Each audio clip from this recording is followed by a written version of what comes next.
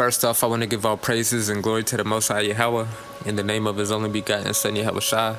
Double honors unto the elders and apostles of GMS who taught me this truth.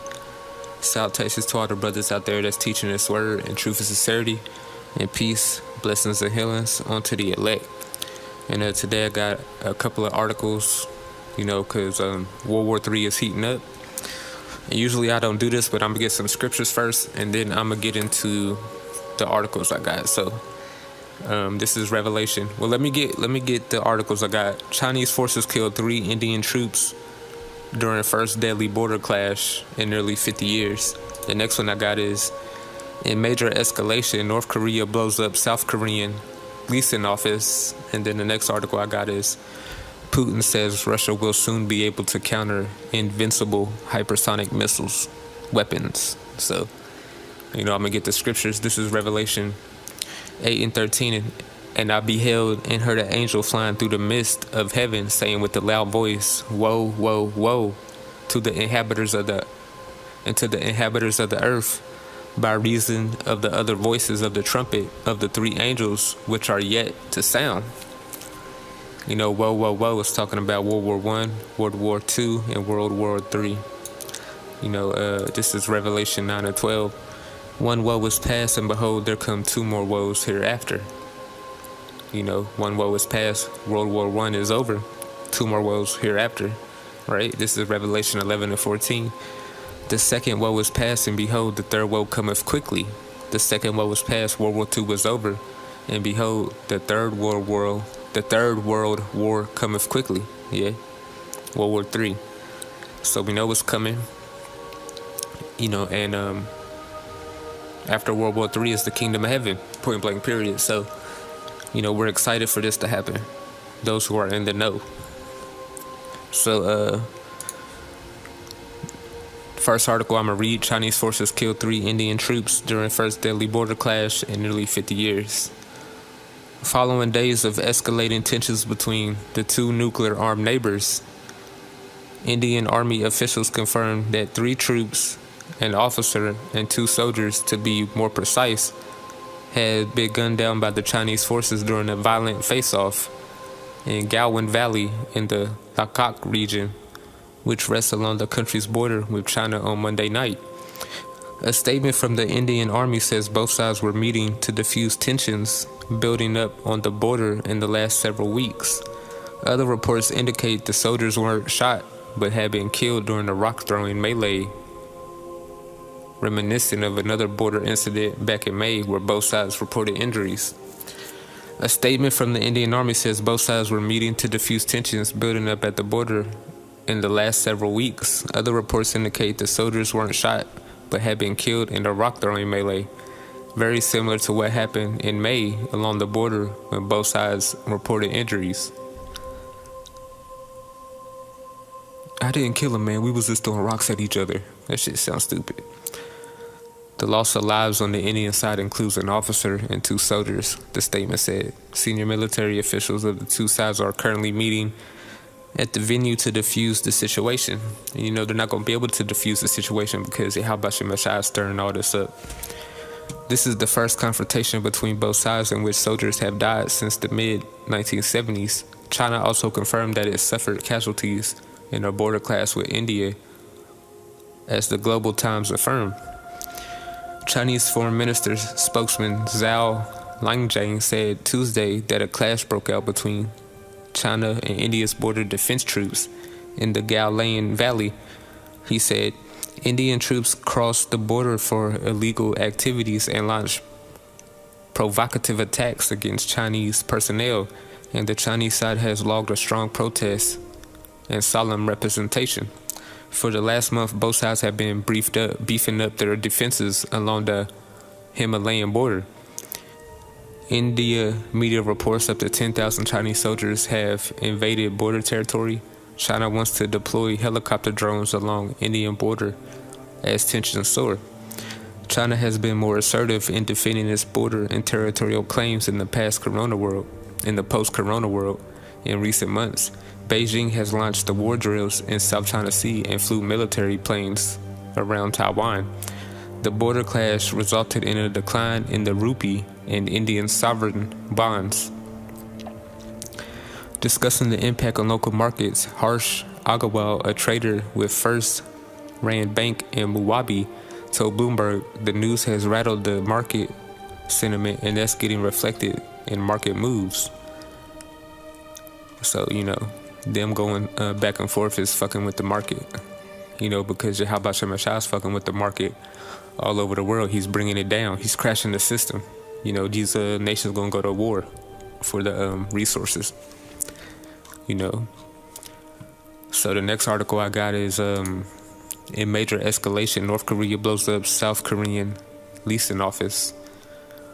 When Kim Jong-un's sister, Kim Yo-young, rumored to be even more brutal and ruthless, a leader than her brother, started making threats against the South and the U.S. while declaring that President Trump would never again be allowed to use the country to score political points, we suspected something was afoot. Less than 2 weeks after abruptly cutting off all communication with the South, including an emergency cross-border hotline, North Korea has taken up the extreme and unprecedented step of blowing up a leasing office set up along the heavily militarized border between the two countries, which are still technically at war. According to the media reports and black and white surveillance footage shared by South Korea, a loud explosion was heard and smoke could be seen rising up in the air as North Korea blew up the inner Korean leasing office in Kaesong, the de facto embassy between the two respective neighbors, in a dramatic escalation of tensions with South Korea near the demilitarized zone. Here are more Reuters. North Korea blew up an office set up to foster better ties with South Korea in its border town of Kaesong on Tuesday, after it threatened to take action if North Korea defectors went ahead with the campaign to send propaganda leaflets into the north. North Korea's KCNA state news agency said the leasing office, which had been closed since January over fears of the novel coronavirus, was tragically ruined with a terrific explosion. Black and white surveillance video released by South Korea's Ministry of Defense showed a large explosion that appeared to bring down the 4-story structure. The blast also appeared to cause a partial collapse of a neighboring 15-story high-rise that served as a residential facility for North Korean officials who staffed the leasing office. North Korea started lashing out at its southern neighbor a few weeks ago, demanding that the Blue House stop South Korean activities, sending propaganda pamphlets over the border to try to encourage defectors. The leasing office, described as a gleaming blue building amid a drab industrial backdrop, was recently renovated by the South. Officials became suspicious about an impending attack yesterday and had been monitoring, I can't say the word, the leasing office, monitoring, there you go. The KCNA said the office was blown up to force human scum and those who have sheltered the scum to pay dearly for their crimes. North Korea refers to defectors as human scum. A South Korean military source told Reuters that there had been signs North Korea was going ahead with the demolition earlier in the day, and South Korean military officials watched live surveillance imagery as the building was blown up. The first diplomatic mission of its kind, the Inner Korean Leasing Office, was established in 2018 as part of a series of projects aimed to reducing tensions between the two Koreas. The building has been originally used as offices for managing operations at the Kaesong Industrial Complex, a joint venture between the two Koreas that was suspended in 2016 amid disagreement over the North's nuclear and missile programs. South Korea spent at least 9.78 billion won, $8.6 million in US dollars in 2018 to renovate the building, which stood as a gleaming blue glass structure in the otherwise drab industrial city. Kim's sister, Kim Jong-un was quoted by state press over the weekend warning about the impending attack, calling on the military to decisively carry out the next action, and warning that, behold long, a tragic scene of the useless North-South joint leasing office completely collapse would be seen. Eager to try and preserve relations, the South has asked activists to cease with the propaganda drops, which technically include flyers, $1 bills, mini radios, and USB sticks containing South Korean dramas and news usually sent by balloon over the border or in the bottles by river. A rep for the South Korean military told Reuters that the South is taking the situation seriously. Of course, the DMZ isn't the only border hotspot to emerge on Tuesday. In other news, Chinese forces killed 3 Indian troops during a border confrontation, the first clash between the world's 2 most populous countries along the border in nearly half a century. So, how about Shah stirring up, World War III between countries, and I'm going to get some scriptures. This is Joel 3:9. Proclaim ye this among the Gentiles, prepare war, wake up the mighty men, let all the men of war draw near, let them come up. Beat your plowshares and the swords, and your pruning hooks and the spears. Let the weak say I'm strong. India think it's weak, and North Korea think it's weak. Yeah, but now they're saying I'm strong. Assemble yourselves and come up, all ye heathen, and gather yourselves together round about thither, because thou mighty wants to come down, O Lord. So how about Shah stirring up these tensions between countries?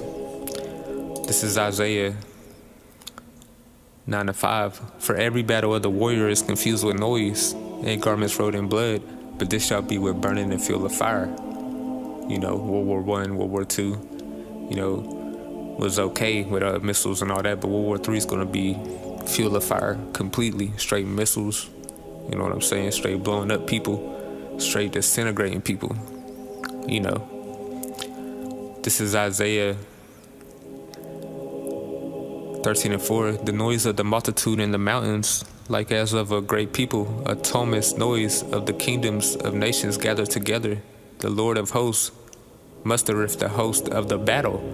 So Yahweh Shah is the one that mustereth the host of the battle. Yeah.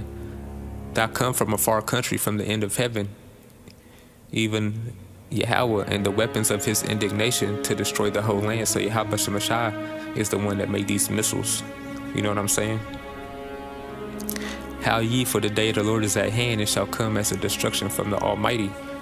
Because after World War III, Yahweh Shah is going to set up his kingdom.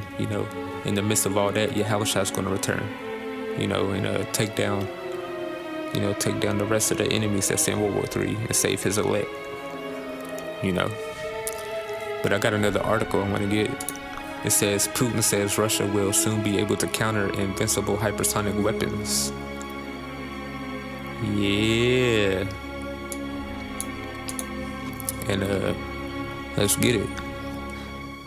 The thing about hypersonic missiles is they are supposed to be impossible to defend against. Since Russia began touting its experimental arsenal 2 years ago, the prospect of devastating weapons capable of traveling at Mach 5, or at least a mile per second, has kept Pentagon generals up at night.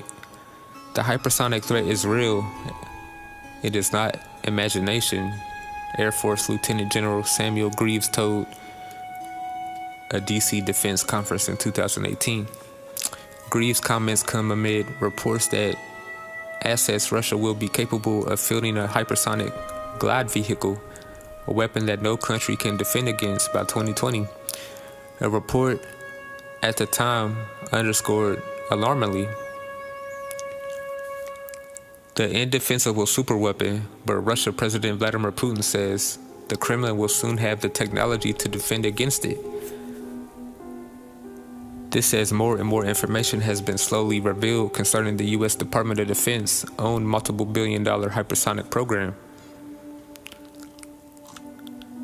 Putin made the new comment Sunday. It is very likely we will have means to combat hypersonic weapons by the time the world's leading countries have such weapons, he said, according to the RIA news agency.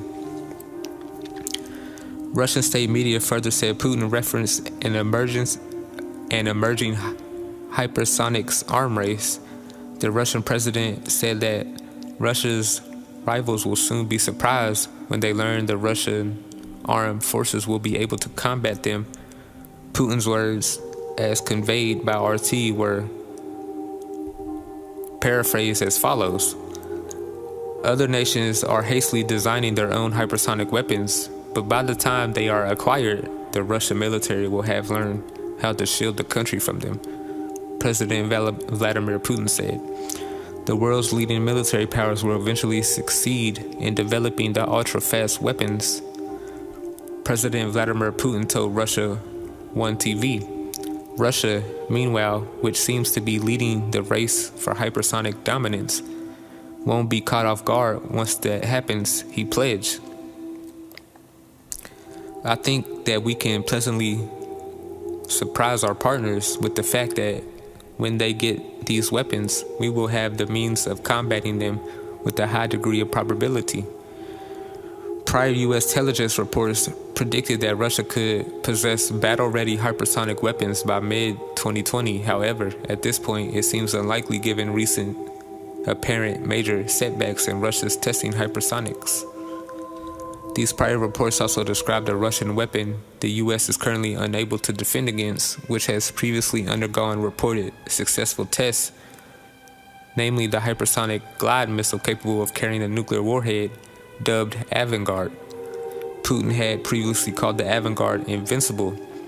By assuming Putin's newest remarks on hypersonics are anywhere near accurate, that Russia is close to being able to defend against hypersonic missiles, this would be a true game-changing advantage without parallel, whether it be China or America's experimental program. So, Yahweh Shemeshai has definitely put that spirit in Putin. You know what I'm saying? This is Ezekiel 38. And the word of the Lord came unto me, saying, Son of man, set thy face against Gog, the land of Magog, the chief prince of Meshach and Tubal, and prophesy against him. Gog and Magog is talking about Russia.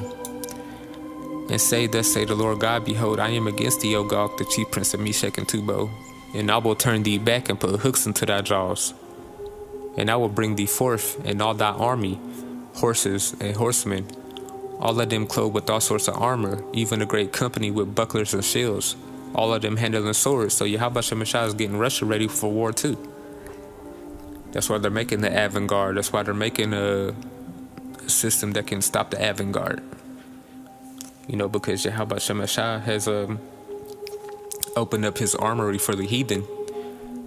He sent down the angels to put it in their mind to make these nuclear weapons. Because these nuclear missiles are the Lord's indignation. Yeah, you talk about the lake of fire. You talk about the destruction this is going to have. It's the Lord's armory, and we're going to get it. This is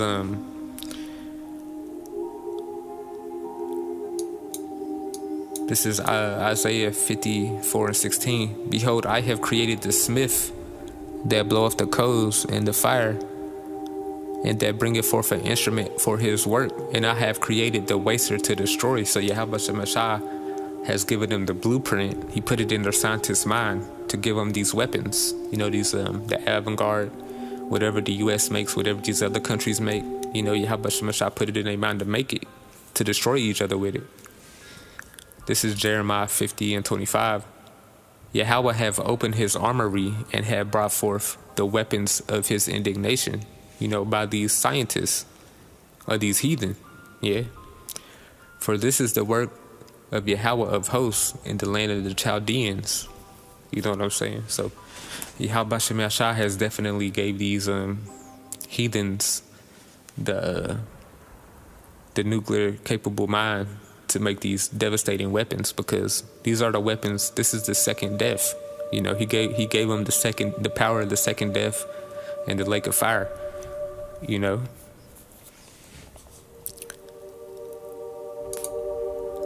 This is Isaiah 13 and